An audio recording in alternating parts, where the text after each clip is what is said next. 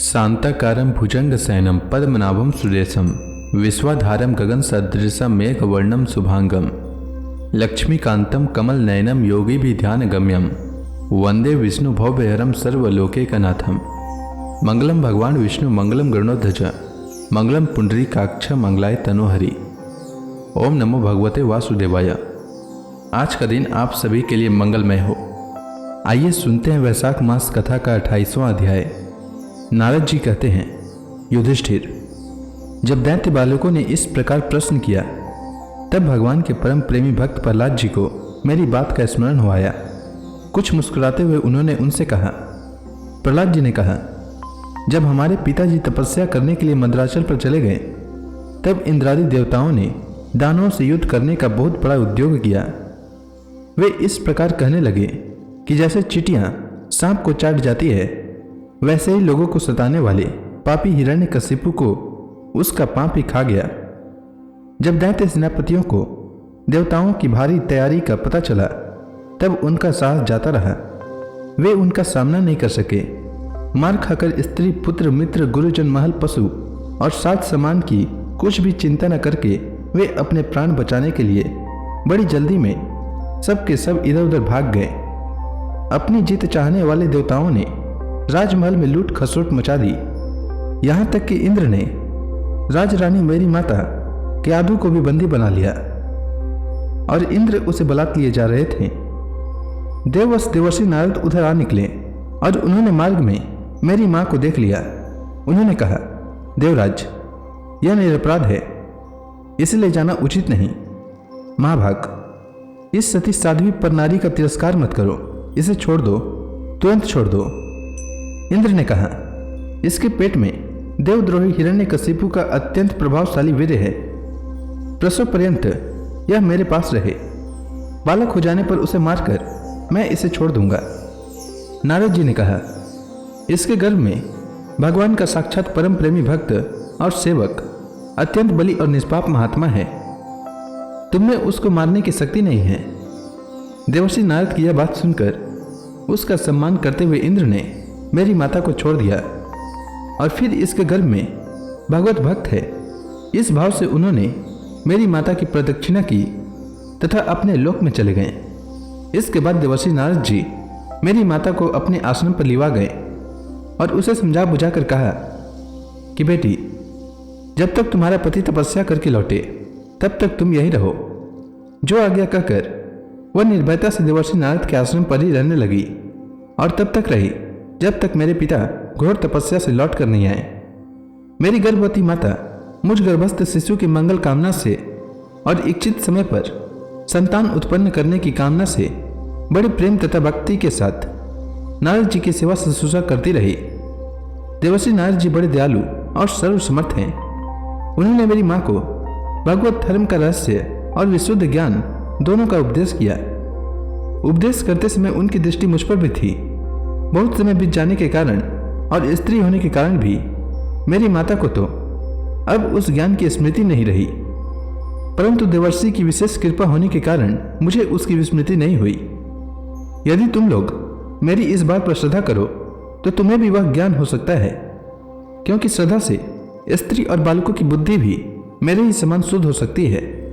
जैसे ईश्वर मूर्ति काल की प्रेरणा से वृक्षों के फल लगते, ठहरते, बढ़ते, पकते, क्षीण होते और नष्ट हो जाते हैं, वैसे ही जन्म, अस्तित्व की अनुभूति, वृद्धि, परिणाम, क्षय और विनाश, ये 6 भाव विकार शरीर में ही देखे जाते हैं।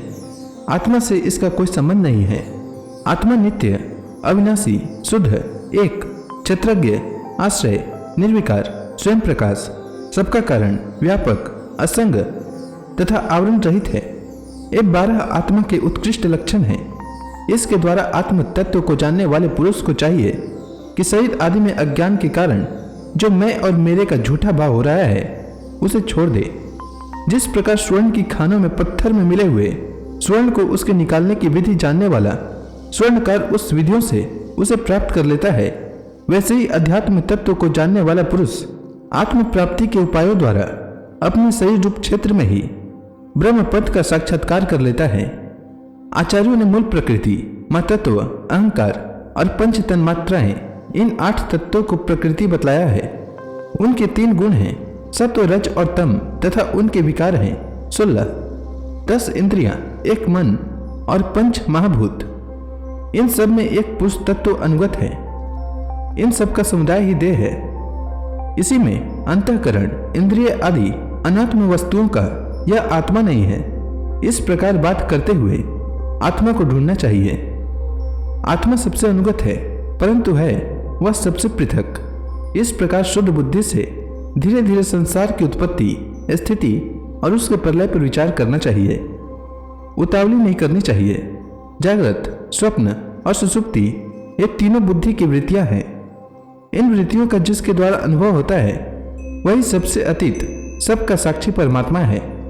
जैसे गंध से उसके आश्रय वायु का ज्ञान होता है, वैसे ही बुद्धि की इन कर्मजन्य एवं बदलने वाली तीनों अवस्थाओं के द्वारा इनमें साक्षी रूप से अनुगत आत्मा को जाने।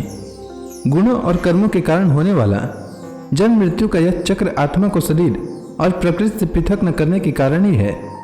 यह अज्ञान मूलक एवं मिथ्या है। फिर भी स्वप्न के कारण जीवों को इसकी प्रतीति हो रही है। इसलिए तुम लोगों को सबसे पहले इन गुणों के अनुसार होने वाले कर्मों का बीज ही नष्ट कर देना चाहिए। इससे बुद्धि वृत्तियों का प्रवाह निवृत्त हो जाता है। इसी को दूसरे शब्दों में योग या परमात्मा से मिलन कहते हैं। यूं तो इन त्रिगुणात्मक कर्मों की जड़ उखाड़ फेंकने के लिए अथवा बुद्धि वृत्तियों का प्रवाह बंद कर देने के लिए शास्त्रों साधन है, परंतु जिस उपाय से और जैसे सर्वशक्तिमान भगवान में स्वाभाविक निष्काम प्रेम हो जाए वही उपाय सर्वश्रेष्ठ है। यह बात स्वयं भगवान ने कही है। गुरु की प्रेम पूर्वक सेवा, अपने को जो कुछ मिले वह सब प्रेम से भगवान को समर्पित कर देना, भगवत प्रेमी महात्माओं का सत्संग, भगवान की आराधना, उनकी कथा वार्ता में श्रद्धा, उनके गुण और लीलाओं का कीर्तन, उनके चरण कमलों का ध्यान और उनके मंदिर मूर्ति आदि का दर्शन पूजन आदि साधनों से भगवान में स्वाभाविक प्रेम हो जाता है। सर्वशक्तिमान भगवान श्रीहरि समस्त प्राणियों में विराजमान है। ऐसी भावना से यथाशक्ति सभी प्राणियों की इच्छा पूर्ण करे और हृदय से उनका सम्मान करे। काम, क्रोध, लोभ, मोह, मद और मत्सर इन 6 शत्रुओं पर विजय प्राप्त करके जो लोग इस प्रकार भगवान की साधन भक्ति का अनुष्ठान करते हैं उन्हें उस भक्ति के द्वारा भगवान श्री कृष्ण के चरणों में अनन्य प्रेम की प्राप्ति हो जाती है।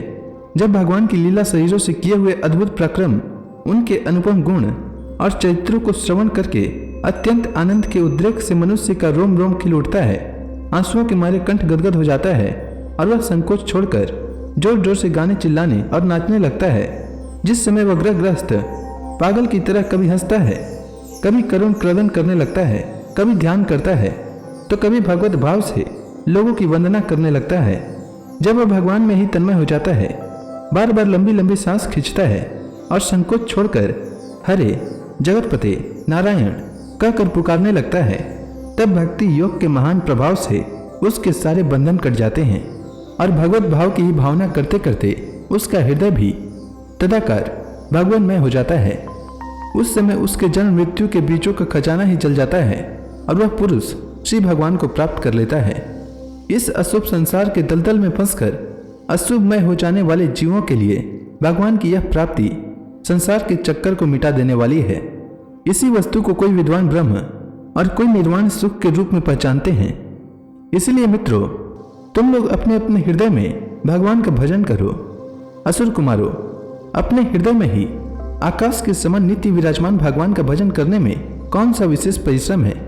वे सामान्य रूप से समस्त प्राणियों के अत्यंत प्रेमी मित्र हैं और तो क्या अपने आत्मा ही हैं। उनको छोड़कर भोग सामग्री इकट्ठी करने के लिए भटकना, राम राम, कितनी मूर्खता है। अरे भाई, धन, स्त्री, पशु, पुत्र, पुत्री, महल, पृथ्वी, हाथी, खजाना और भांति भांति की विभूतियां और तो क्या संसार का समस्त धन तथा भोग सामग्रियां इस क्षण भंगुर मनुष्य को क्या सुख दे सकती है। वे स्वयं ही क्षण भंगुर हैं। जैसे इस लोक की संपत्ति प्रत्यक्ष ही नाशवान है, वैसे ही यज्ञों से प्राप्त होने वाली स्वर्गादि लोक भी नाशवान, एक दूसरे से छोटे बड़े नीचे ऊंचे हैं। इसीलिए वे भी निर्दोष नहीं हैं। निर्दोष है केवल परमात्मा। न किसी ने उनमें दोष देखा है और न सुना है। अतः परमात्मा की प्राप्ति के लिए अनन्य भक्ति से उन्हीं परमेश्वर का भजन करना चाहिए। इसके सिवा अपने को बड़ा विद्वान मानने वाला पुरुष इस लोक में जिस उद्देश्य से बार बार बहुत से कर्म करता है, उस उद्देश्य की प्राप्ति तो दूर रही, उल्टा उसे उसके विपरीत ही फल मिलता है और निस्संदेह मिलता है। कर्म में प्रवृत्त होने के दो ही उद्देश्य होते हैं, सुख पाना और दुख से छूटना। परंतु जो पहले कामना न होने के कारण सुख में निमग्न रहता था, उसे ही अब कामना के कारण यहाँ सदा सर्वदा दुख ही भोगना पड़ता है। मनुष्य इस लोक में सकाम कर्मों के द्वारा जिस शरीर के लिए भोग प्राप्त करना चाहता है, वह शरीर ही पराया और नाशवान है। कभी वह मिल जाता है तो कभी भी छूट जाता है। जब शरीर की ही यह दशा है, तब इससे अलग रहने वाले पुत्र, स्त्री, महल, धन, संपत्ति, राज्य, खजाने, हाथी घोड़े, मंत्री, नौकर चाकर, गुरुजन और दूसरे अपने कहलाने वालों की तो बात ही क्या है। ये तुच्छ विषय शरीर के साथ ही नष्ट हो जाते हैं। ये जान तो पड़ते हैं पुरुषार्थ के समान, परंतु हैं वास्तव में अनर्थ रूप ही। आत्मा स्वयं ही अनंत, आनंद का महान समुद्र है। उसके लिए इन वस्तुओं की क्या आवश्यकता है। भाइयों, तनिक विचार तो करो। जो जीव गर्भाधान से लेकर मृत्यु पर्यंत सभी अवस्थाओं में अपने कर्मों के अधीन होकर क्लेश ही क्लेश भोगता है, उसका इस संसार में स्वार्थ ही क्या है। यह जीव सूक्ष्म शरीर को ही अपना आत्मा मानकर उसके द्वारा अनेकों प्रकार के कर्म करता है और कर्मों के कारण ही फिर शरीर ग्रहण करता है। इस प्रकार कर्म से शरीर और शरीर से कर्म की परंपरा चल पड़ती है और ऐसा होता है अविवेक के कारण। इसीलिए निष्काम भाव से निष्क्रिय आत्मस्वरूप भगवान श्री हरि का भजन करना चाहिए।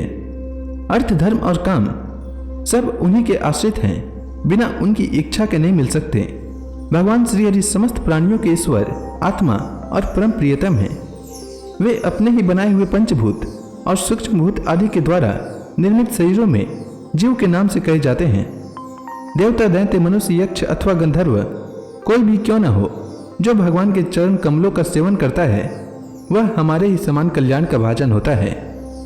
दैत्य बालकों, भगवान को प्रसन्न करने के लिए ब्राह्मण, देवता या ऋषि होना, सदाचार और विविध ज्ञानों से संपन्न होना तथा दान, तप, यज्ञ, शारीरिक और मानसिक शौच और बड़े बड़े व्रतों का अनुष्ठान पर्याप्त नहीं है। भगवान केवल निष्काम प्रेम भक्ति से ही प्रसन्न होते हैं और सब तो विडंबना मात्र है। इसलिए दानव बंधुओं, समस्त प्राणियों को अपने समान ही समझकर सर्वत्र विराजमान सर्वात्मा सर्वशक्तिमान भगवान की भक्ति करो।